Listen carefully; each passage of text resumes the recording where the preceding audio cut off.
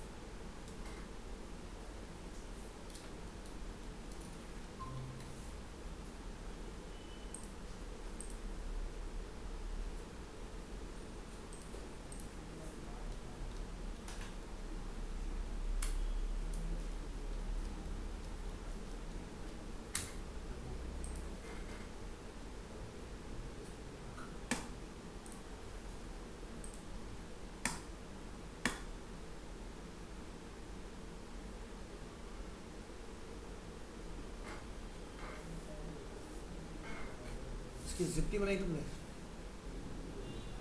तुम आज मेरा फोटो मत दिखाओ, इसमें तो चल जाएगा।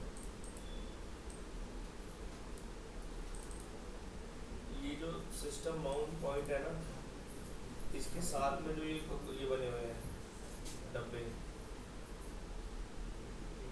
अब ये वाले राइट साइड वाले बिल्कुल प्रॉपर ये तो बन रहे हैं, लेकिन बीच में जो आधे आधे कम कम स्पेस वाले बने हैं, ये कैसे बनेंगे? टेबल से बनाने हैं ये वाले जो बने इसके साथ में जो बने हुए हैं, ये पार्ट कैसे हैंडल होगा?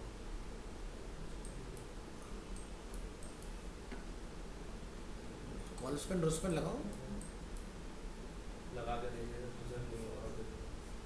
नहीं बन रहा? अब कुछ जुगाड़ लगा दिया।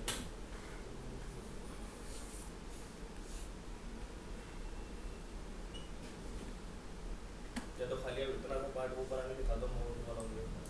ये वाला इसका सिर्फ ये वाला पोर्शन बस। दिखा दे।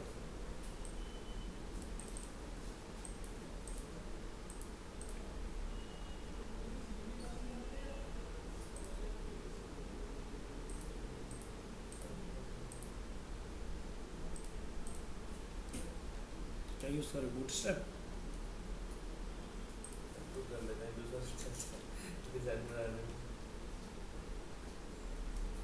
चलो एचटीएमएल उसे दिखा देते हैं। तो तुम्हारे पास टेबल है, टेबल में कुछ हेडर्स अवेलेबल है, तो डिफाइन करो टेबल। टेबल में टी हेड में टी आर में टी डी। 1 2 3 4 5 6 7 आपके पास ऑप्शंस अवेलेबल हैं। तो पहला है मेट्रिक,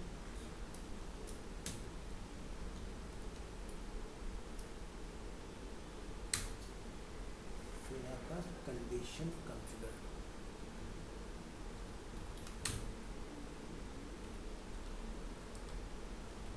रिकॉर्डिंग ऑन किया आपने? ऑडियो चेक कीजिएगा online students.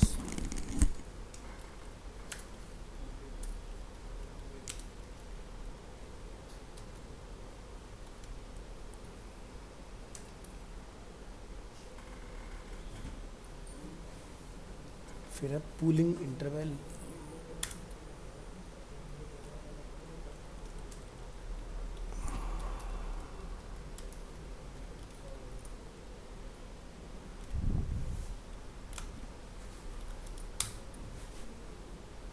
Threshold value,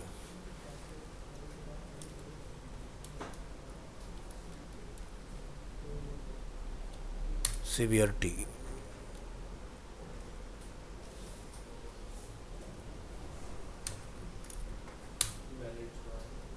and managed by.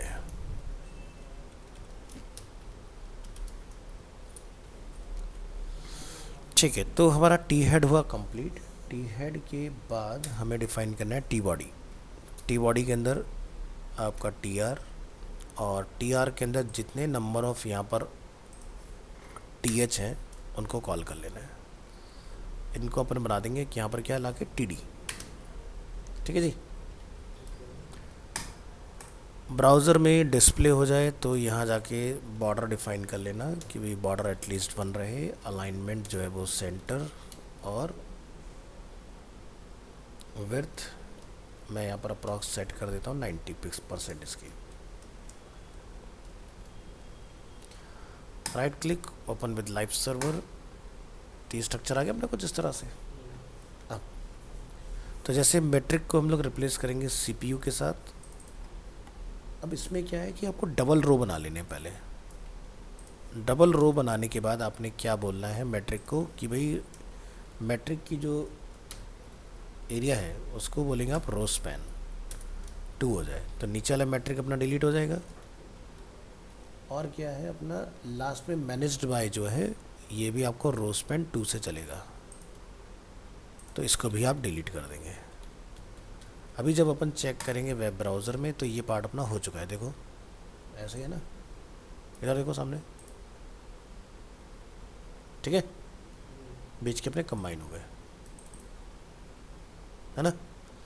तो ये रिपीटेशन आपका चलता जा रहा है काफ़ी लंबे टाइम तक, मतलब कि 2 3 4, मतलब 1 2 3 4 5 6 7 तक गया। तो डेटा आप अपना चेंज कर लेना, लेकिन ये पूरा पेयर जो है 7 टाइम कॉपी पेस्ट होगा। तो 1 2 3 4 5 6 7 कंट्रोल एस करेंगे, वेब ब्राउज़र में रिफ़्रेश कर लेंगे तो बन गया बिल्कुल सेम वैसे ही। तो यहाँ पर फोटोग्राफ डलता जाएगा, यहाँ पर आपका मैनेज वाई में जो भी होगा उसका नेम आता जाएगा, बीच का अपना डेटा चलता रहेगा। अब इन सब की जो है आपको एक हाइट रखनी पड़ेगी कि भाई एक डिसेंट सा हाइट रहे सभी का। तो जितने भी हमारे पास टी आर है, ठीक है, जहाँ पर आपने रो स्पैन डिफाइन किया है, यहाँ पर जाकर आप एक हाइट डिफाइन करोगे। जैसे हमने इसको हाइट दिया अप्रॉक्स, मैं एज्यूम कर लेता हूँ उसका कि 100 पिक्सल है समथिंग, तो बड़ा हो गया। सभी को ऐसे ही कुछ हाइट ऑफर करना है।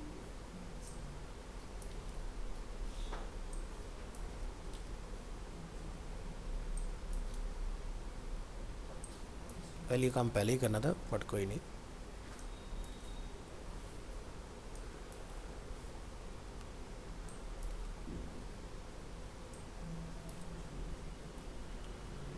तो देखो बन गया बढ़िया से, है ना, सेम बन गया। अब आता है नीचे वाले पार्ट पे, ठीक है। तो अब यहाँ पर क्या चल रहा है कि भाई इस एरिया के अंदर भी एक और टेबल हमें दिखाई दे रही है इसमें, जो कि सिस्टम माउंट पॉइंट के नाम से। चलो बनाएंगे फिर इसको, और बाकी अंदर के फील्ड एज इट इज ही चल रहे हैं, उनमें कोई चेंज नहीं है, ठीक है।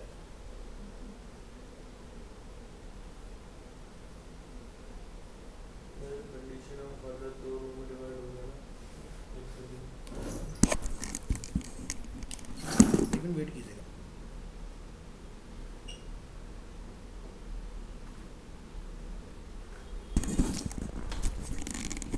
हाँ जी। तो एक इसका हम लोग सेट कॉपी करेंगे यहाँ पर,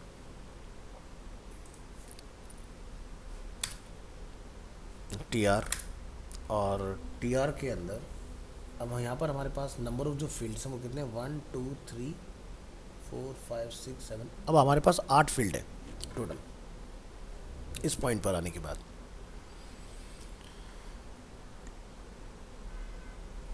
one two three four five six,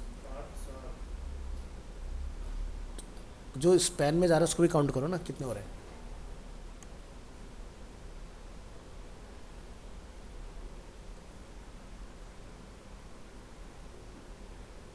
तुमने ऊपर कोई कम बनाया है क्या, चेक करना। मैट्रिक है, कंडीशन कॉन्फ़िगर है, पोलिंग इंटरवल है, पोलिंग काउंट, एक फील्ड हमसे छूट गया है इंटरवल का, पोलिंग काउंट वाला, उसका कैपिंग आ गया। कोई नहीं, सारे तो कॉपी पेस्ट ही हैं, एक सेट पे जाके सही कर लेंगे तो अपना सही हो जाएगा।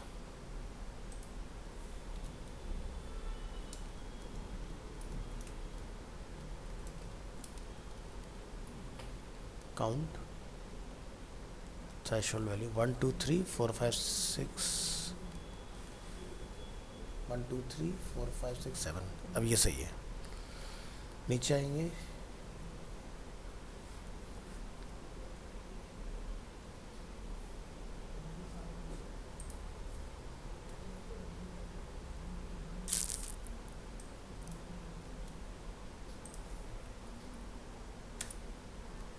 तो ये हो गए 1 2 3 4 5 6 7। सही है।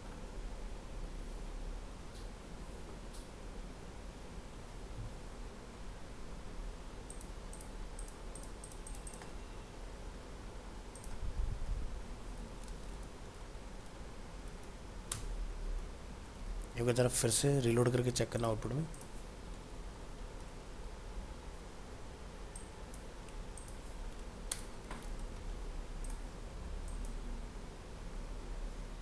One two three four five six seven, अभी सही है।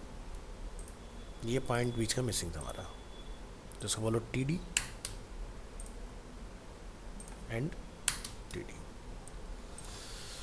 तो रिपीटेशन वाला पार्ट हम लोग नहीं देख रहे हो, हम सीधे नीचे जो अपना कंटिन्यू का वाला पार्ट बना रहे हैं, यानी कि जहाँ से हमारा हार्ड ड्राइव लगा हुआ है उस पार्ट से पढ़ेंगे। तो 1 2 3 4 5 6 7 8, ठीक है।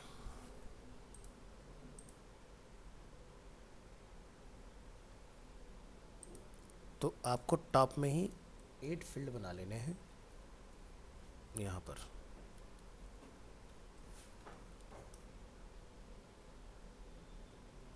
ठीक है, और इस वाले पार्ट में भी आप जाके एक और बना लेंगे और यहाँ लिखेंगे call span 2,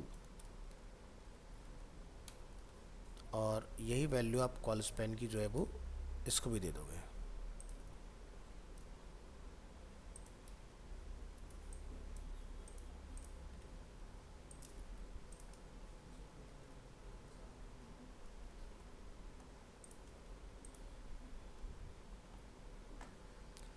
one two three four five six seven. अब मुझे यहाँ पर एक निकालने में आसानी हो जाएगी, तो यहाँ से इस पूरे टी आर को करेंगे कॉपी,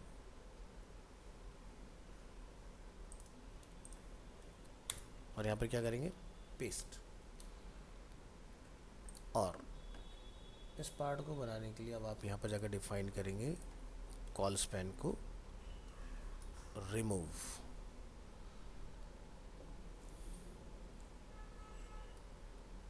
तो टी डी हमारे पास रहेंगे 1 2 3 4 5 6 7। एक नया फील्ड बढ़ा दो। इस पर क्या लिखा हुआ है तुम्हारे उसमें डेटा में? ये जो हार्ड ड्राइव के आगे जो तुमने बनाए कॉलम, सिस्टम माउंट पॉइंट, उसके आगे क्या लिखा है तुमने कुछ? अच्छा, उसने इमेज ब्लर भेजा।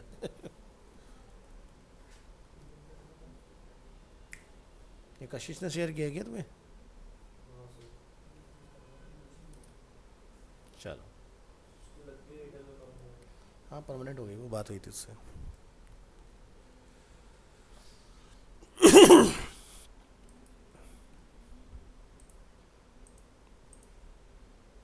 ठीक है, तो हमारा मैट्रिक वाले पार्ट में एक निकल का आ गया एक्स्ट्रा। ऐसे तो चाहिए हमें, ऐसे हम लोग यहाँ पर भी लिख देंगे 1 2 3 दूसरे वाले पार्ट के अंदर भी।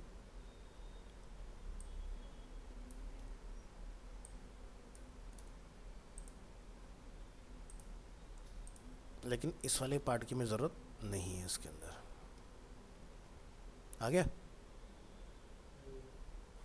ऊपर एक कम पड़ रहा है, उसको बढ़ा लो, शायद इसमें हमें एक बढ़ाना पड़ेगा ऊपर। हाँ बढ़ा दो एक, तो देखो एकदम परफेक्ट बन गया। यही चाहिए हमें। अब करना क्या है कि भाई ये जो मैट्रिक है ये बहुत लंबे टाइम तक मर्ज रहेगा नीचे तक, है ना।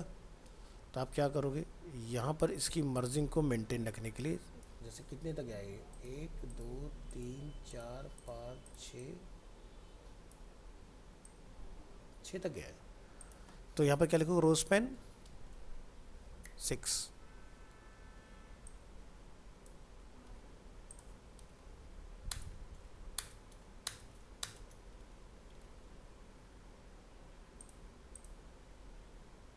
बन गया।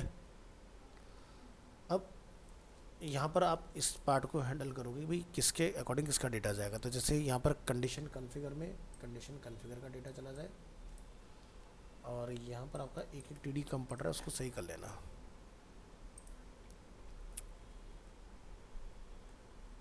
तो यहाँ पर रो स्पैन 6 करने से बेसिकली ये चीज़ आप अचीव करोगे। अब इसकी टोटल की जो हाइट है आप बढ़ा सकते हो। ये हो गया एग्जांपल के लिए 600, तो यहाँ जाके हाइट कितनी कर देंगे 600। बढ़ाओगे इसे कि नहीं, दो जगह पे नहीं गया, कहाँ कहाँ नहीं कॉल हुआ ज़रा वो देखो। 1 2 3 4 5 6 1 2 3 डेटा सब में आया है। जहाँ पर हमारी वो ये कम पड़ गया ना फिर उस जगह पर दिक्कत आई है। कौन है? हाँ जी मानी बोलिए। हिमानी वो सर जॉब पे है, वो बोल सकता है।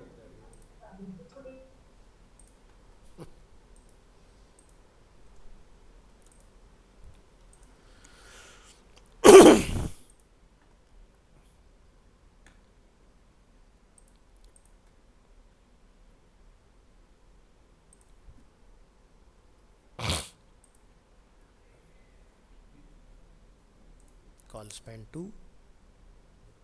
हाइट 100,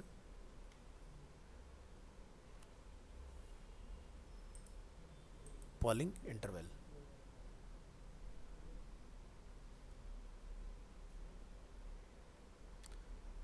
तो यहाँ पर बस हमारी एक चीज़ जो है वो कम पड़ रही है, उसको आपने डिफाइन करना। अच्छा इसमें ना ये रो स्पैन जो 2 लगा अपना ये नहीं आएगा, इसको हटा देना। क्योंकि अगर आप एग्जांपल देखोगे अपना ना इमेज वाला तो उसमें लास्ट वाले मर्जिंग नहीं हो रही है इसमें।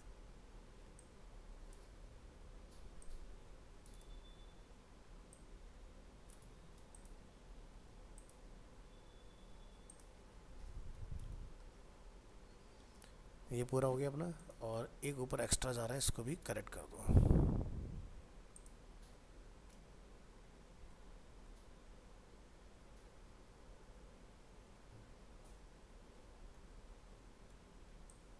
यहाँ से कॉपी करेंगे मैनेज बाय, पेस्ट, तो ये अपना ओके हो गया।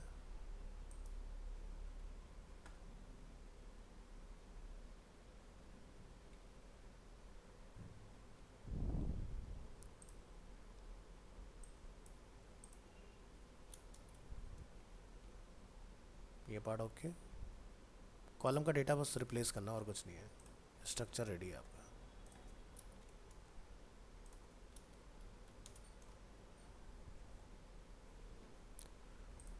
तो ये वाला पार्ट बन गया हमारा इसके अंदर। ये पार्ट आपको चाहिए था, ये बन गया। इसमें ग्राफिक आपका कॉल हो जाएगा। अब जरा लास्ट वाले पार्ट पर आते हैं। अब ये जो एक है ये दो को मर्ज करेगा अपने अंदर, है ना। यानी कि 1 2 3 4 5 6 ये अपने बन गए इसमें। अब इसके अंदर रो है 1 2 3 4 5 6 7 8 9 10 11 12, तो 12 रो हमें इसमें प्रोड्यूस करनी है। चलो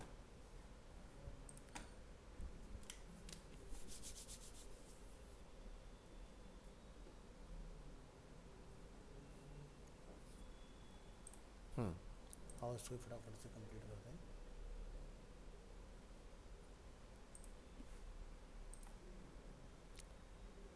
तो एक आ गया रो स्पैन टोटल के ऊपर।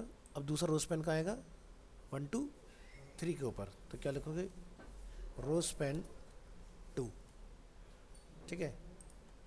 तो नीचे से अपना एक लेस हो जाएगा, ये एक हो गया, लेकिन दोनों का मैनेज वाई अलग अलग है, ठीक है। एंड में देखो मैनेज वाई अलग अलग आ रहा है दोनों का, है ना। तो पहला पार्ट बन गया। तो यानी कि अब मैं नीचे वाले ये डिलीट कर सकता हूँ यहाँ से, ठीक है। और अब आप इसके सेट जो है वो रिपीट कर सकते हो।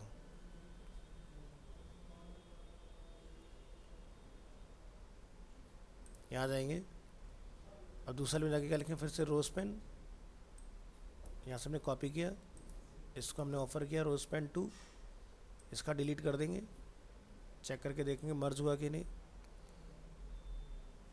ये बन गया हमारा सेकंड वाला।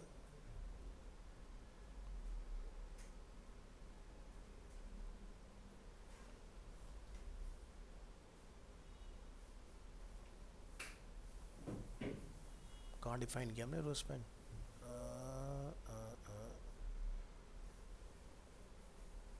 रोज पेन 2 कॉल्स पेन 2, ठीक है। रोज पेन 6 हाइट 600, बिल्कुल सही। ये पार्ट हमारा डन। इसका सेट हमें यहाँ रिपीट करना है।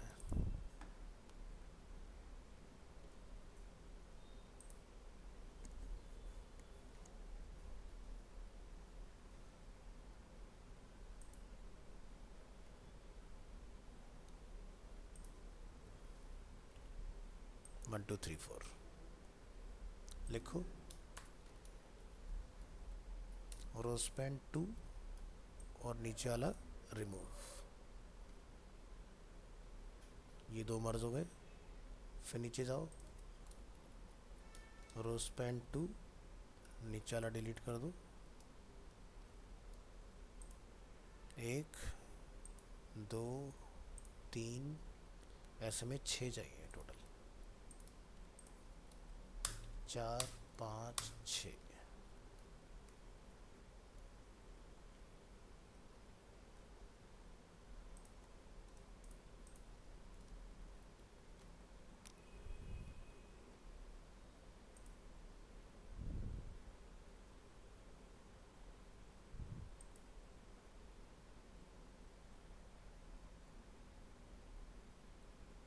Six hundred,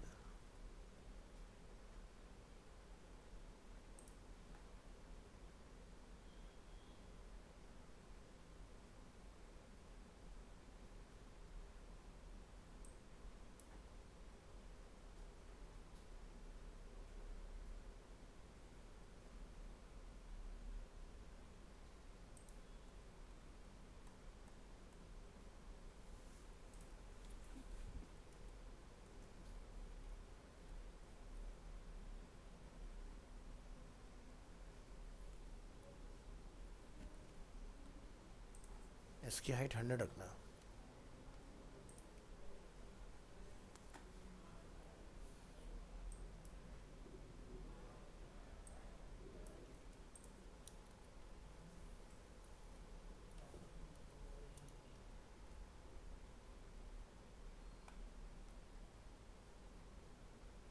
one two three four five six. अब इन सबको मर्ज करा दो इधर वालों को। तो जहाँ हमारा मैट्रिक लिखा हुआ है,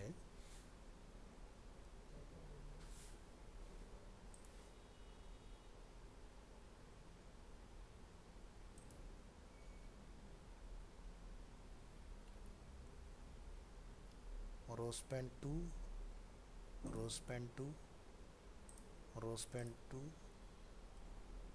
यहाँ हम इसको लिखते हैं रोज पेन 3।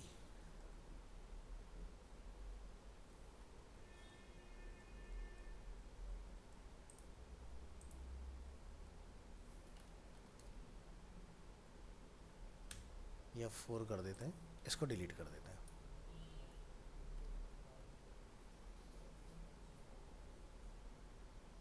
अच्छा, ये ऊपर वाले का है, इस पे नहीं करना।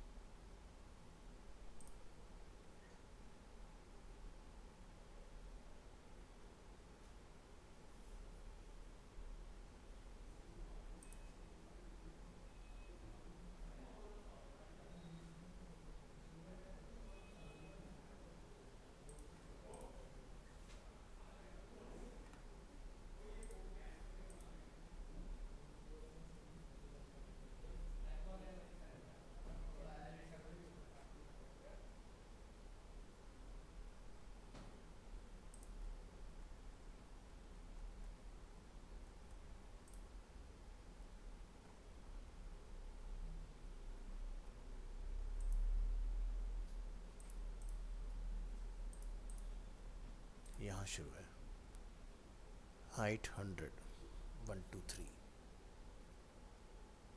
दोनों मर्ज,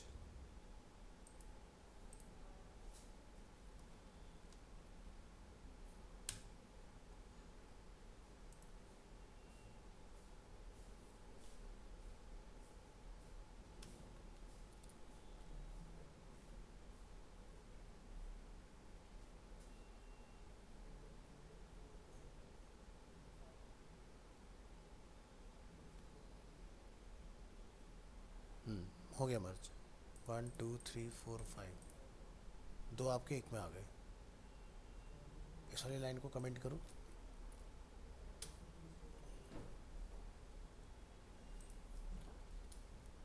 छः मर्ज, तो आप इसको 12 कर दो, और जितनी भी जगह आपने ये डिफाइन किया हुआ है इसको बंद कर दो।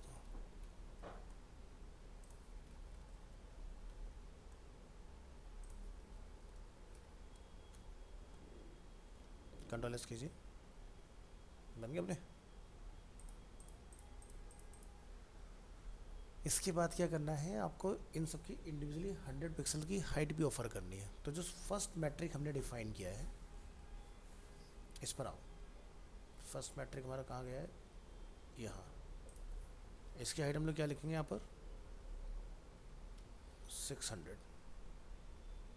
तो खाली इसको 600 ना दे के हम रखेंगे टोटल की हाइट, यानी कि यहाँ पर सबको 100 ऑफर कर दो, तो अपना आप एक्सपेंड हो जाएगा। चलिए, तो क्रॉस पेन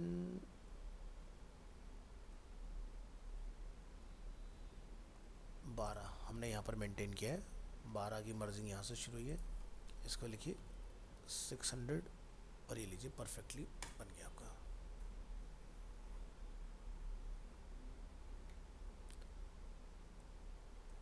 और अलग अलग हैंडल करना चाहो तो अलग अलग भी हैंडल हो जाएगा। जैसे कि ये दो यहाँ पर मर्ज हो रहे हैं, तो यहाँ जाके आप लिख सकते हैं 1 2 3 को कि इसकी हाइट कितनी हो जाए,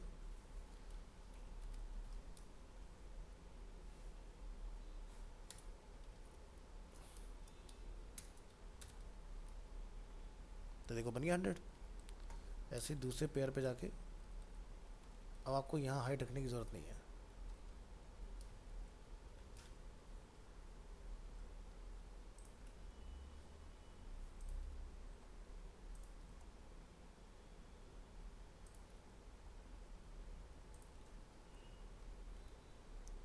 अब सही है, तो इससे मैच करके देखो, ये पूरा अपना ड्राइव आ गया मैच हो गए।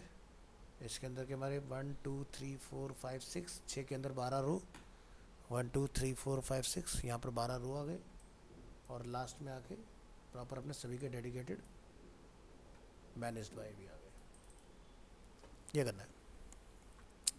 तो मैंने इस बार ना डिलीट ना करके कमेंट आउट कर दिया, सो दैट कि तुम्हें भी अंडरस्टैंड करने में आसानी हो कि कौन सी चीज़ को कहाँ पर कमेंट करना है, ताकि इजीली मैनेज हो जाएगा पार्ट।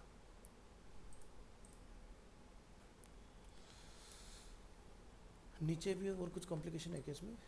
नहीं, नीचे वाला सेम है। फिर आपके बस एक ही कॉपी लेके नीचे वाला पार्ट आपका बनेगा, उसमें और नहीं है नेस्टेड। हो गया।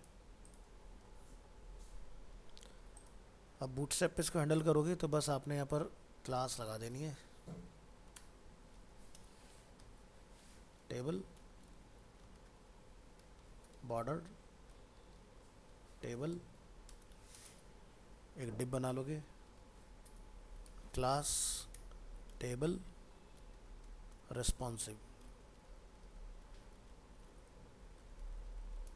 इसको कट करके आप टेबल के नीचे डालोगे, ऊपर आ जाओगे, और यहाँ पर हमें टेबल में ये सब प्रॉपर्टीज़ देने की ज़रूरत फिर नहीं रहेगी। उसके बाद आप यहाँ जाओ और इस पूरे कोड को यहाँ से करोगे कट,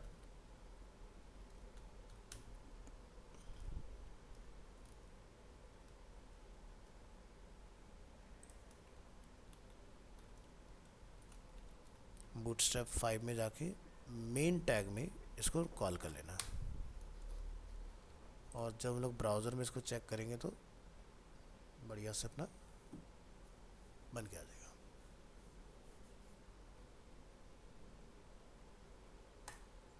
हो गया। चल ये वाली फाइल में तुम्हें भेज दे रहा हूँ, ग्राफिक्स वगैरह कॉल करा लेना, काम हो जाएगा। इसमें आपको ऊपर वाली ये रिपीट कराने पड़ेंगे। कौन सा लव सेट? ये यहाँ से लेके यहाँ तक जो ऊपर आपके कितने आ रहे हैं, CPU memory, swap memory, load average, उसके लिए ये ग्रुप चलेगा आपका। बाकी नीचे वाले पार्ट के लिए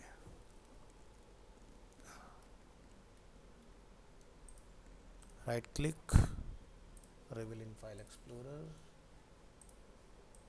और ये मैंने आपको उसका कोड भेज दिया है।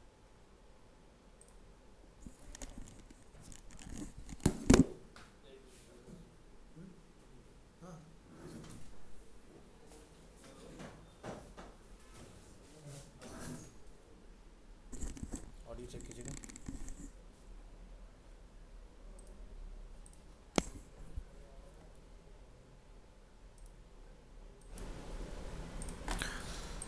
सो PHP एडवांस के अंदर आज हम लोग काम स्टार्ट करेंगे। फिल्टर के अंदर एडवांस फिल्टर। चल सर्वर अपना ऑन है ऑलरेडी। ऊपर आइए, htdocs,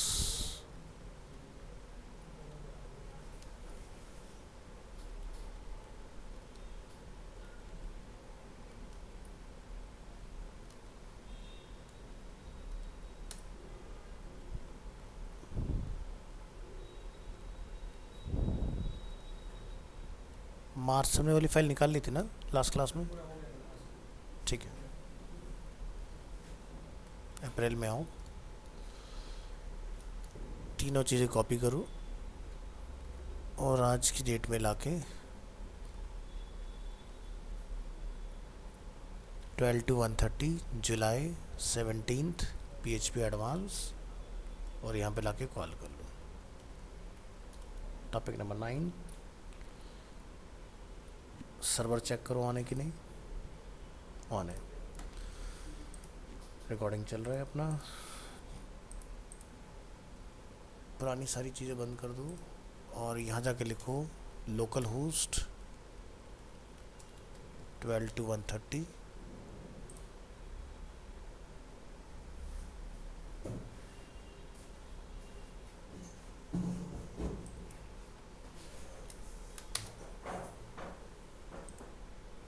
अच्छा, इंडेक्स फाइल इसके अंदर पड़ी हुई है क्या? ओके, तो मैं डिलीट कर दिया, तुम्हारे पास तो चली गई है। ठीक है,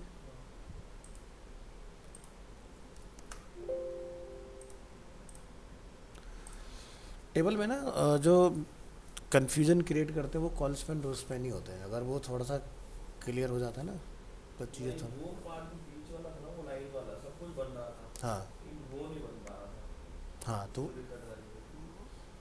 अभी भी पूरा क्लियर नहीं है, मैं गंदा के बनाऊंगा। इसलिए मैंने ना जो मैंने हटाया वो मैंने कमेंट किया, डिलीट नहीं किया तुम्हारे लिए, तो उसको अंडरस्टैंड करना कि मैंने क्या किया उसके अंदर।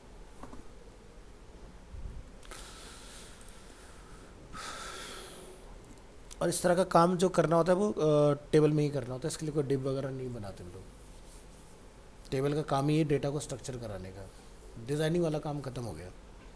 चल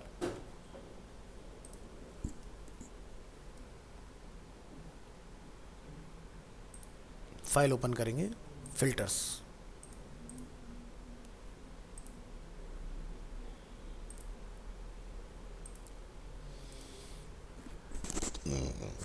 सो पहला एग्जांपल इसके अंदर, validate an integer within a range. The following example use filter underscore variable functions to check if a variable is both of type integer and between 1 and 200।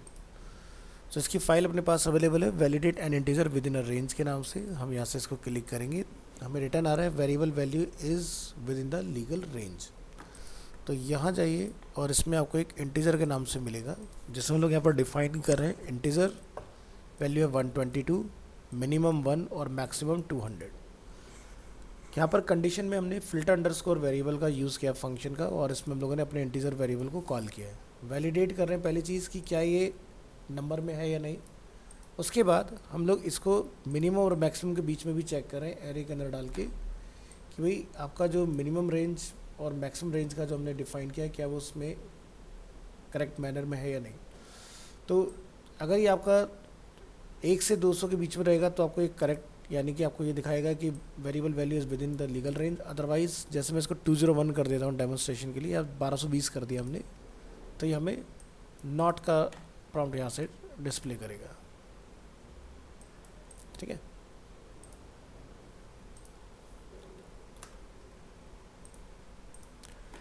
दूसरा इसमें आपको एग्जांपल मिलेगा, यहाँ से बैक करोगे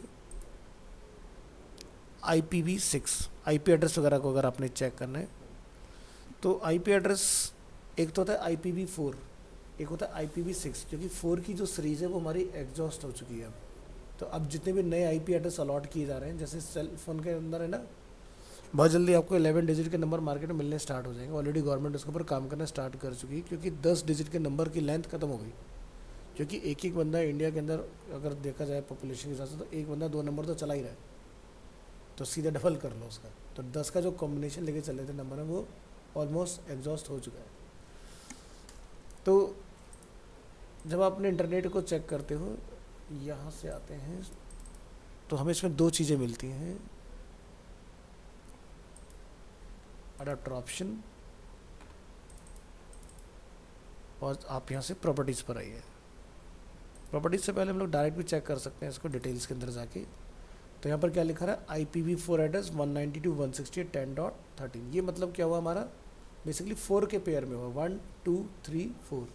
ये हमारा आ रहा है लिंक लोकल IPv6 एड्रेस 1 2 3 4 5 6, ये 6 में चलता है। ठीक है, तो अगर आपके पास कोई IP एड्रेस ऐसा आता है कि जो 6 के कॉम्बिनेशन में है, तो उसको भी चेक करने का ऑप्शन PHP में अवेलेबल है IPv6 के नाम से।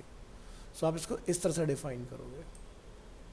ठीक है, तो मतलब ये हर एक का अपना यूनिक होगा, जरूरी नहीं कि आपने यही लिखना है। जैसे मेरे कंप्यूटर का जब हमने पहले चलाया था तब डिफरेंट आ रहा था, तो ये मेरे कंप्यूटर का डला हुआ है इसमें। तो नॉर्मल IP क्या होता है, इस तरह से।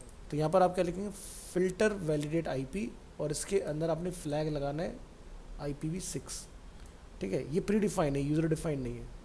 ठीक है, तो अगर ये आपका करेक्ट होगा तो IP इज़ वैलिड, अदरवाइज आपको फॉल्स वाला चल जाएगा, IP is not valid as N.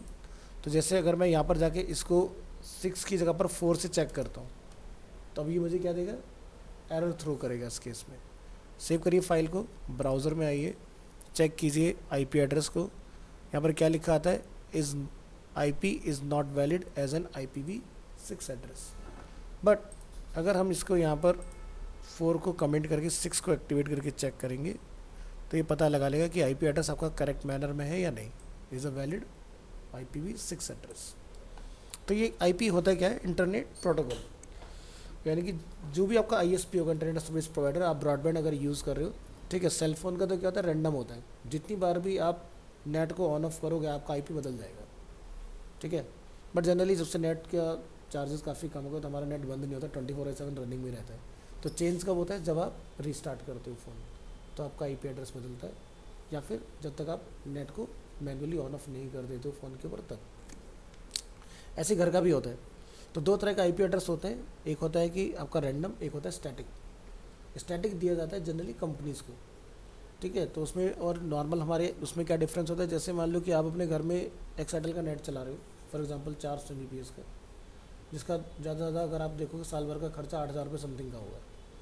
But company के अंदर अगर आप 100 Mbps लेने जाओगे तो 2 से 2.5 लाख रुपये महीने का बिल आता है। ऐसा क्यों होता है, क्योंकि उनका IP जो होता है वो स्टैटिक होता है। तो स्टैटिक में क्या होता है, 1:1 होता है, यानी कि हमारे घर में क्या होगा कि अगर 400 की स्पीड आ रही है और उस पर लिखा आ रहा है कि 400 की डाउनलोड, 400 की अपलोड। अब कंपनी में क्या डिफरेंस आ जाता है कि अगर 400 की स्पीड है और कंपनी में 400 लोग काम कर रहे हैं, तो 400 के पास 400 की स्पीड रहेगी, वो डिवाइडेड बाई 8 नहीं होगी। तो इसलिए कंपनी का जो काम होता है 10 Mbps में दौड़ के चलता है।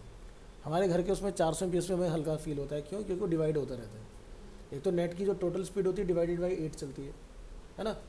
और उसके बाद आपका जो जितने डिवाइस कनेक्ट होते जाएंगे नेट आपका स्पीड में लॉस करता चला जाएगा। ऑर्गेनाइजेशंस में ऐसा नहीं होता, इसलिए उनको चलता है स्टैटिक आईपी। अब स्टैटिक के बहुत सारे फ़ायदे कि मान लो आपका कनेक्शन गुड़गांव में है, आप नोएडा में भी चला सकते हो, लेकिन आप अपने वाले कनेक्शन को कहीं और नहीं चला सकते।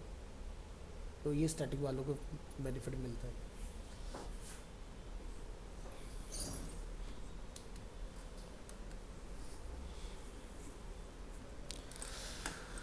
सो ये अपनी नई सीरीज स्टार्ट कर दी गई काफ़ी पहले आईपी एड्रेसेस वगैरह के लिए। तो आज की डेट में कंप्यूटर दोनों चीज़ों को यूज़ कर रहे हैं। आगे बढ़ेंगे।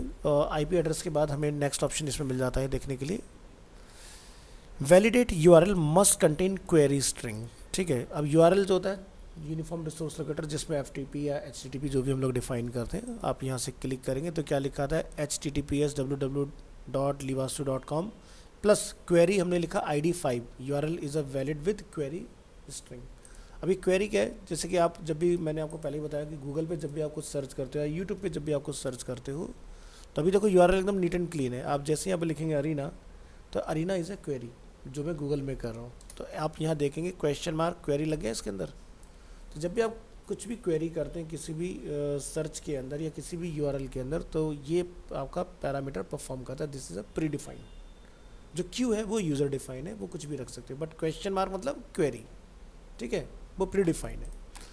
तो यहाँ पर हमने क्या करा है, इस वाली फाइल में यूआरएल में हम लोग जाते हैं और हमने यहाँ पर यूआरएल में एक लिखा है यूआरएल एड्रेस और इसके आगे हमने लिख दिया ID5। तो यहाँ पर आप क्या चेक कर रहे हैं, फिल्टर वैलिडेट यूआरएल, जो कि हम लोगों ने लास्ट क्लास में पढ़ लिया था। आज हम लोग इसमें चेक कर रहे हैं कि भाई क्वेरी स्ट्रिंग को देखो कि मिल रहा है इसमें या नहीं है। अगर है तो ठीक है, अदरवाइज़ ये आपका फॉल्स में आपको रिटर्न करेगा इस चीज़ को। तो यहाँ पर हमें ये रिटर्न हो रहा है इसमें, तो इसलिए आपको क्या मिल रहा है, is a valid query string. Next है आपका remove characters with ASCII value greater than 127। The following example uses the filter variable function to sanitize a string if will both remove all HTML tags all characters. तो ये आपको return करेगा। तो यहाँ पर इस फाइल को पहले आप ओपन करा लो और इसका यहाँ पर होगा एग्जाम्पल। तो आप देख सकते हो लास्ट क्लास में हम लोगों ने इसको सैनिटाइज करना सीखा था फिल्टर वेरिएबल में। तो जो भी यहाँ पर टैग है ये क्या होता है, रिमूव हो जाता है इसके अंदर। बट हमने यहाँ पर क्या लगा रखा है, इसके अंदर कुछ स्पेशल चीज़ कॉल कर रखी है, जो हमारे कैरेक्टर मैप में जब आप आते हो तो यहाँ से आपको स्पेशल कैरेक्टर वगैरह कुछ मिल जाते हैं इस तरह से, जिनको आप कॉपी करके यहाँ पर डाल सकते हो। तो यहाँ पर एक तो हम लोग सैनिटाइज करें स्ट्रिंग को, तो ये क्या करेगा, आपका जो भी लेस देन ग्रेटर देन इसमें लगा हुआ है HTML का, उसको हटा देगा इसके अंदर से, ठीक है। और फिल्टर फ्लैग स्ट्रिप है, अगर आपके कुछ और एनकोडेड कैरेक्टर्स के अंदर, तो ये उसको चेक कर लेगा। तो जब आप इस न्यू स्ट्रिंग को प्रिंट कराओगे तो यहाँ पर आपको देखने के लिए मिलेगा दिस इज़ ओनली हेडर।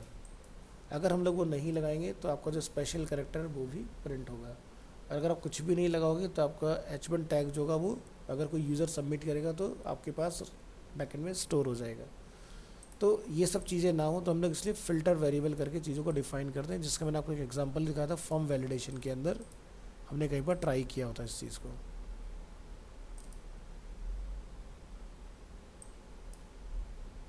जब भी किसी फॉर्म को वैलिडेट कराया जाता है तो हम लोग इसको यूज़ कर लेते हैं, फिल्टर अंडरस्कोर वेरिएबल, जिसके अंदर ईमेल के लिए मुझे कोई रेगुलर एक्सप्रेशन लगाने की ज़रूरत नहीं।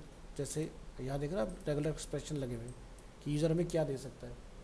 अब जैसे रिएक्ट के अंदर तो होता नहीं है, PHP के अंदर तो ये फंक्शन बना हुआ है कि भाई फिल्टर वैलिडेट ईमेल लगा दो तो आपका वैलिडेशन हो गया। और जैसे आज की क्लास में हम लोग रिएक्ट पढ़ा रहे थे तो हमने उसके लिए रेगुलर एक्सप्रेशन का यूज़ किया इसमें, Node.js। आज की डेट में आएंगे माई एप्लीकेशन और यहाँ से सोर्स index.js। तो यहाँ पर आप देख रहे हो टाइप ऑफ चेक करने के लिए हम लोगों ने ईमेल को क्या लिखा कि भाई @ से पहले यूज़र जब ईमेल आईडी कोई बनाता है तो वो क्या क्या जुगाड़ करता है, वो अपर केस लोअर केस सब कुछ इस्तेमाल करता है और नंबर का भी यूज़ करता है। तो हमने बोला @ से पहले अगर A to Z स्मॉल में हो या कैपिटल में हो या नंबर 0 to 9 कुछ भी हो, क्योंकि बहुत सारे लोग अपना बर्थ ईयर अपना डेट कुछ भी लगा लेते हैं उसके अंदर ईमेल में। @ के बाद यूज़र फिर हमें यहाँ पर क्या क्या चीज़ें दे सकता है और डॉट के बाद हमें क्या क्या चीज़ें रिसीव होंगी इसके अंदर, तब जाके एक प्रॉपर ईमेल को वैलिडेट करना है। अब ये काम हम लोग जब प्योर जावास्क्रिप्ट में कर रहे होते हैं तो हम लोग वहाँ पर @पोजीशन डॉट पोजीशन लगा के हम लोग इंडेक्स ऑफ चेक कर रहे होते हैं, ठीक है। तो PHP आपको यहाँ पर इन सब जो फिल्टरिंग की पावर है उससे आपको ये एम्पावर करता है कि भाई आपको इतना कुछ कराने की ज़रूरत नहीं है, ये काम आप डायरेक्ट भी करा सकते हो। तो जो कि हम लोगों ने यहाँ पर कहीं यूज़ किया था नीचे, ये वाला part.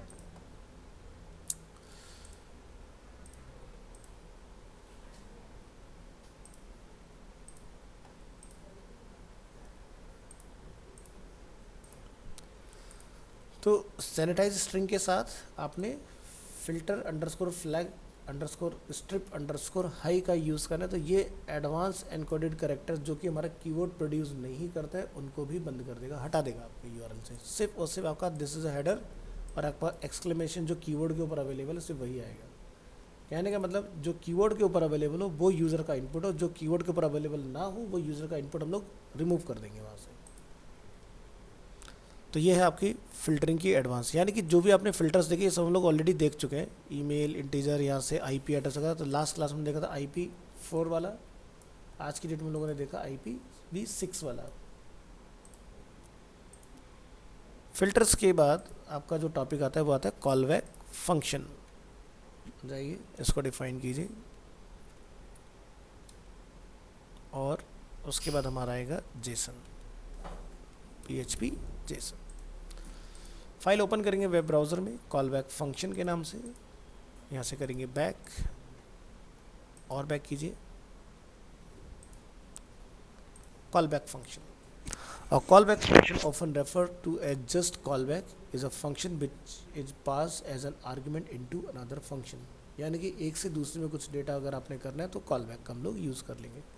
Any existing function can be used as a callback functions। To use a function as a callback function, pass a string containing the name of the function as the argument of another function। So pass a callback to PHP array underscore map function to calculate the length of every string in an array। तो जैसे कि यहाँ पर एक example हम लोग देख रहे हैं कि भाई एरे हमारे पास अवेलेबल है, 0 पोजीशन पर लेंथ 5 है, 1 पर हमारी 6 है, 2 पर हमारी 6 अवेलेबल है। So starting with version 7 PHP can pass anonymous functions as callback functions. तो यहाँ पर जाके आप इसका एक बार कोड ज़रूर से देख लें। तो यहाँ पर हम लोग क्लिक करेंगे तो हमने एक यहाँ पर फंक्शन डिफाइन किया माई कॉलबैक और इसके अंदर हम लोगों ने एक पैरामीटर सेट किया अपना आइटम। अब आप इसको पैरामीटर बोलो या आर्ग्यूमेंट बोलो, बात एक ही है। अब यहाँ से हमने इसकी लेंथ को रिटर्न कराया कि रिटर्न करो स्ट्रिंग की लेंथ किसकी, जो भी आइटम की है। तो आपने यहाँ पर जाके लिखा एक variable string apple, banana and cherry, और हम लोग यहाँ से length equal to array underscore map में माई कॉलबैक फंक्शन को कर रहे हैं कॉल, और स्ट्रिंग को हमने इसके अगेंस्ट कॉल किया। तो ये क्या करेगा, तो माई कॉलबैक चलेगा तो इसकी लेंथ को मुझे यहाँ पर रिटर्न कराता जाएगा। तो हमने यहाँ पर लिखा है प्रिंट रेफरेंस में लेंथ, तो इसका जो भी लेंथ होगा जिस भी पोजीशन के ऊपर वो आपको यहाँ पर डिस्प्ले हो रहा है इस पॉइंट पर, ठीक है। तो जैसे कि फर्स्ट है हमारा एप्पल 1 2 3 4 5, तो आपकी लेंथ कितनी आ रही है इसमें 5। नेक्स्ट है बनाना एंड चेरी, तो इसमें आप 6 की लेंथ देख रहे हैं, तो आपको 6 का लेंथ डिस्प्ले हो रहा है। सो यहाँ पर हम जो दूसरा एग्जांपल देख रहे हैं, use an anonymous function as a callback for PHP array underscore map function. तो यहाँ भी आप देखोगे आपको रिजल्ट कुछ वैसे ही सेम देखने के लिए मिला है जो हमारा पहले डिफाइन है, ठीक है। तो 0 पोजीशन पर 5, 1 पोजीशन पर 6, 2 पोजीशन पर इस तरह से आपको 6 एंड 3 पोजीशन पर 7 की लेंथ है। तो ज़रा चेक करो, एप्पल, बनाना, चेरी, कोकोनट, हमने 4 चीज़ें डिफाइन की, इन चारों की लेंथ हमें इसमें डिस्प्ले हो रही है। सो callback is user defined functions। User defined function and methods can also take callback functions as arguments। To use callback function inside a user defined function or method, call it by adding parentheses to the variable as pass arguments as with normal function। So run a callback function a user defined। तो जैसे कि हम लोग यहाँ नीचे देखेंगे हमने एक फंक्शन बनाया एक्सक्लेमेटर के नाम से, एक बनाया आस्क के नाम से, और एक हमने बनाया यहाँ पर प्रिंट फॉर्मेटेड के नाम से। अब यहाँ पर आप देख रहे हो अगर हम लोग इसमें एक्सक्लेम को यहाँ पर कॉल करेंगे तो हमारा एक्सक्लेमेशन का मार्क आएगा, अगर हम लोग आस्क का कॉल करेंगे तो हमारा क्या आएगा, क्वेश्चन मार्क इसके अंदर डिस्प्ले होगा। तो फंक्शन है प्रिंट फॉर्मेटेड में स्ट्रिंग और फॉर्मेटेड, दो हमने आर्ग्यूमेंट इसमें पास किए अपने, और जब आप इसको यहाँ पर रन करोगे तो प्रिंट फॉर्मेटेड में हमने यहाँ पर एक्सक्लेम कॉल किया तो क्या लिखा है यहाँ पर क्वेश्चन मार्क एक्सक्लेमेशन, और हाउ आर यू के साथ हमने क्या कॉल कराया आस्क, तो हमारा ऑटोमेटिकली क्वेश्चन मार्क ऐड होके आ रहे हैं इसके अंदर। अब इसका बेनिफिट ये है कि जितनी बार भी आपने कहीं पर कोई क्वेरी चलाना है, कुछ भी करना है, तो आप इस फंक्शन को यहाँ पर लाके कॉल करा सकते हो।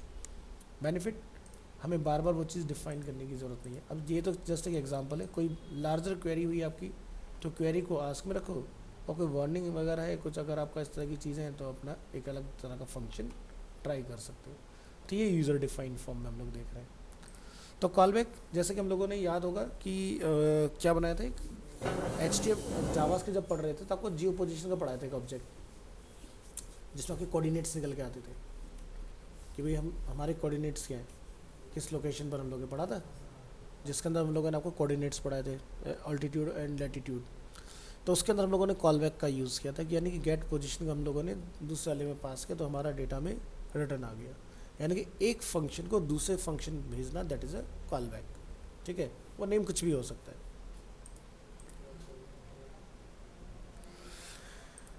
जेसन जो हम लोग यहाँ पर एग्जांपल देख रहे हैं, पहले इसको ज़रा आप रन करो फाइल को, और एंटर करेंगे, जेसन पर आएंगे। So JSON stands for JavaScript object notation and is a syntax for storing and exchanging data. जैसे एग्जांपल के लिए PHP भी जेसन में डेटा एक्सपोर्ट करके देता है, मैं बैकएंड से फैच करके, या फिर ऑलरेडी अगर कोई API बना हुआ है, जैसे हम लोग यहाँ जाते हैं जेसन प्लेस होल्डर टाइप की कोड के ऊपर, तो यहाँ पर आप देखोगे हमारे पास इस तरह से पोस्ट या जो ये अलग अलग यहाँ पर टेबल सब अवेलेबल है, तो इसमें आप डेटा देखो तो जेसन डेटा जो होता है वो इस तरह से लिखा जाता है। अब जैसे आप एक अपना ऑब्जेक्ट बनाते हो तो आप क्या लिखते हो, जैसे स्टूडेंट का नेम जो होता है आप डबल कोट में लिखते हो, लेकिन स्टूडेंट नॉर्मल लिखते हो आप। बट जेसन में क्या होता है, जब डेटा जाता है तो की और की वैल्यू दोनों ही कोट में चलती हैं, अनटिल अनलेस नंबर ना हो। तो जैसे आप यहाँ देखो टाइटल क्या है, तो टाइटल को हमने डबल कोट में डाला है, प्लस टाइटल को भी डबल कोट में रखा हुआ है। तो जेसन डेटा को आइडेंटिफाई करना है बड़ा आसान है, इस तरह से आप पता लगा सकते हो कि अगर ये दोनों चीज़ें इस तरह से जा रही हैं तो ये क्या है, जेसन है। अब जैसे मैं मान लो इस फाइल को सेव एज अगर करने लग जाऊँ कंट्रोल S करके, तो यहाँ पर नीचे क्या लिखा आ रहा है, जेसन फाइल लिखा आ रहा है। तो क्योंकि ये इसको गेट कर रहा है कि भाई ये जो डेटा टाइप यहाँ पर स्टोर है ये क्या है, जेसन डेटा हम लोग देख रहे हैं। बट अगर ये खाली ऑब्जेक्ट होता तो ऑब्जेक्ट हम लोग क्या करते हैं, वेरिएबल मान लो स्टूडेंट, हमने equal to variable student equal to हमने करली ब्रेसेस लगाया, हमने यहाँ पे लिखा name, first name, middle name, last name, email ID, whatever जो भी चीज़ होंगी, तो वो कभी भी वैल्यूज होती हैं वो डबल कोट में नहीं होती, जो अगेंस्ट रखते हैं वो डबल कोट में आती है हमारी वैल्यू, है ना। तो जेसन में और नॉर्मल ऑब्जेक्ट में ये भी ऑब्जेक्ट है वो भी ऑब्जेक्ट होता है, लेकिन ये जेसन में एनकोडेड है आपका ऑब्जेक्ट। तो PHP भी ऐसा हमें बना के दे सकता है और हम लोग इसको डिकोड एनकोड दोनों ही चीज़ें करा सकते हैं इजीली। तो ज़रा यहाँ पर इस फाइल पे आइए। Since the JSON format is a text based format, it can easily be send to and from a server and used as a data format by any programming language. यानी कि Jason की file किसी भी तरह की programming language में read की जा सकती है, चाहे वो jQuery हो, जावास्क्रिप्ट हो, PHP हो, रिएक्ट हो। रिएक्ट सबसे ज़्यादा जेसन के ऊपर काम करता है, रिएक्ट जितनी फ्रंट एंड वाली लैंग्वेज सब इसी का यूज़ करती है। So PHP has some built in functions to handle JSON. First we will look following two functions, JSON encode and JSON decode. अगर आपके पास कोई डेटा जेसन में आया है तो आप उसको डिकोड करके रीड कर सकते हो, और अगर आपको कोई डेटा भेजना है जेसन के अंदर तो आप उसको एनकोड करोगे। So PHP JSON encode function is use to encode a value to JSON format. Encode मतलब कन्वर्ट कर रहे हैं हम लोग, है ना। तो जैसे कि आप यहाँ देखोगे पीटर, बेन, जॉय तीनों हमारे क्या आ रहे हैं, कोट में आ रहे हैं, है ना, जबकि वैल्यू होती है हमारी इन्वर्टेड कोड के अंदर। बट यहाँ पर डेटा जो है वो नंबर में हम लोग एज की बात करें तो यहाँ पर इसको हमने विदाउट कोट में रखना है। Example shows how to encode and index array into JSON array. तो मान लीजिए अगर आपके पास कोई डेटा रखा हुआ है तो वो आप उसको इस तरह से डबल कोट में डिफाइन करो। तो ज़रा देखो ये एनकोड हुआ कैसे। तो नीचे आएंगे जेसन के एग्जांपल में। अब आप यहाँ देखेंगे हमने एक बनाया age equal to array Peter, ये क्या हो गया की, और ये क्या हो गया वैल्यू। तो की जब भी हम लोग कोई डिफाइन करते हैं वो किस में जाती है, इन्वर्टेड कोड में, जिसको बोलते हैं एसोसिएटिव एरे। तो ये जो एरे अपना बना हुआ है ये एसोसिएटिव वैल्यू को होल्ड कर रहा है अपने अंदर। हमने इसको लिखा एको जेसन एनकोड, एज को एनकोड करो जेसन फॉर्मेट के अंदर। तो हमें जो इसका आउटपुट यहाँ रिसीव हुआ वो करली ब्रेसेस लगा के आया, जबकि हमने तो यहाँ कोई करली ब्रेसेस यूज़ नहीं किया ना। और जब मैंने आपको लाइव एग्जांपल दिखाया था जेसन की वेबसाइट के ऊपर, तो आपने क्या नोटिस किया कि भाई जब हमने यहाँ से रिक्वेस्ट किया अपना पोस्ट, तो पोस्ट के अंदर डेटा है वो करली ब्रेसेस के अंदर स्टोर है। तो ये तो हो गया सिंगल।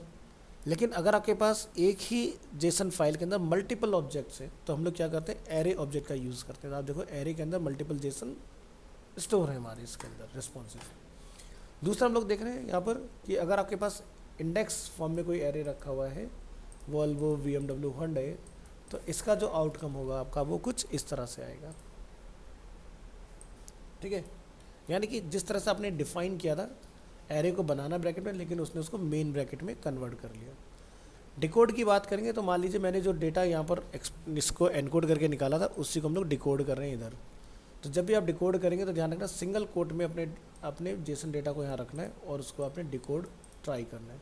तो जब आप डिकोड करेंगे इसका डेटा, तो ये आपको इस तरह से दिखाएगा, ऑब्जेक्ट फर्स्ट जिसकी लेंथ है 4 और उसके अंदर आपका जो टेक्स्ट है वो है पीटर और इंटीजर वैल्यू क्या है 35। इस तरह से दूसरा है व्हेन, उसके इंटीजर टाइप वैल्यू है एज है 37। इस तरह से आपको डेटा इसके अंदर मिलते जाएगा। तो जैसे मैंने आप यहाँ देखोगे इधर मैंने ये ट्राई किया हुआ है और एक हमने यहाँ पर ट्राई किया हुआ है। ठीक है, तो this example basically decodes your JSON data and this example decode JSON data into a PHP associative array. तो इसमें क्या हो रहा है कि Peter 35 Ben 37 Joe 43 location South Extension. तो जब आप इसको यहाँ पर डिकोड करोगे तो आपको ये इस तरह से रिटर्न कराएगा डेटा। तो इसमें होता है ये एनकोड और डिकोड। अब एक्सेस करना है अपने डिकोडेड वैल्यू को, तो ये कैसे निकालोगे? So here are 2 examples of how to access the decoded value from an object and from an associative array. तो एग्जांपल आप यहाँ देखें कि भाई हमारे पास एक यहाँ पर ऑब्जेक्ट अवेलेबल है, एज के अंदर डेटा हमारा जेसन में अवेलेबल है। अभी हमारे पास कोई API नहीं है तो हमने मैनुअली लिख के डाला हुआ है। बट जब आप कल को API को हैंडल करना सीख जाओगे तो यहाँ पर ये डेटा फिर इस तरह से नहीं होगा, URL के फॉर्म में होगा। कैसे? जैसे एग्जांपल के लिए जितना भी जेसन डेटा आएगा दिखा देता हूँ।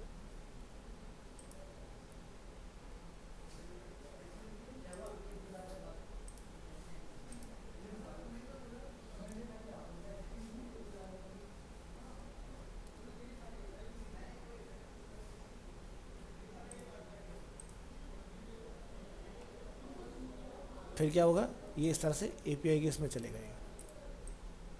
ठीक है, आज ही वैसे हमने किया है कंप्लीट। तो URL आ जाएंगे फिर इसकी जगह पर। तभी आपका बैकएंड स्टार्ट नहीं हुआ है तो आपको इस तरह से इसको चेक करना है। तो हमने लिखा ऑब्जेक्ट जेसन डिकोड एज। अब आप यहाँ से ऑब्जेक्ट और उसके अंदर की डिफाइन करोगे पीटर बेन जॉय लोकेशन, और इन सभी का डेटा जो है आप यहाँ पर देख पाओगे 35 37 43 एंड साउथ एक्सटेंशन, यही डेटा यहाँ पर स्टोर है। ठीक है, तो इस तरह से आपका डेटा जो होता है जेसन का डिकोड होता है। तो जेसन के बाद आपका जो नेक्स्ट आपका आएगा इसमें वो आएगा एक्सेप्शन। यानी कि एक तो होता है कि PHP आपको खुद से एरर देता है, ठीक है। एक होता है कि भाई हम एरर को खुद से कैच करना चाह रहे हैं और उसको यूज़र को बताना चाह रहे हैं भाई ये एग्जैक्टली आपकी फाइल में एरर है।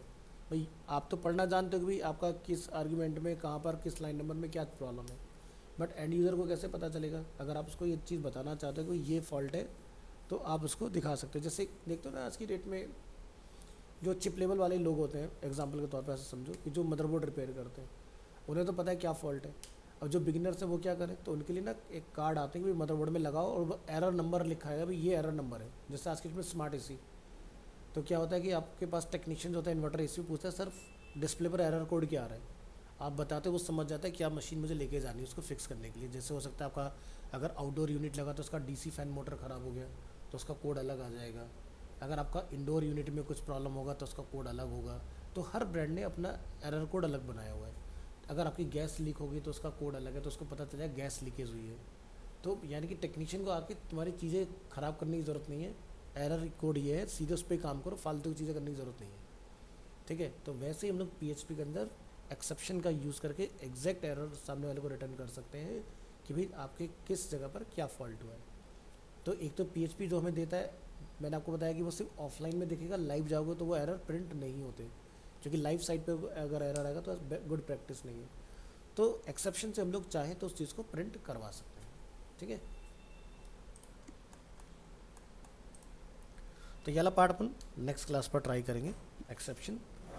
और फिर आपका इसके अंदर स्टार्ट होगा PHP का एडवांस के ऊपर, और भी थोड़ा सा एडवांस उप्स वाला पार्ट, जिसको बोलते हैं ऑब्जेक्ट ओरिएंटेड प्रोग्रामिंग, यानी कि क्लास ऑब्जेक्ट में खेलोगे आप कुछ एक हफ्ता, ठीक है। फिर आपका ये वाला पार्ट होगा, फिर आपका डेटाबेस आएगा और SQL वाला पार्ट इसके अंदर कंप्लीट हो जाएगा।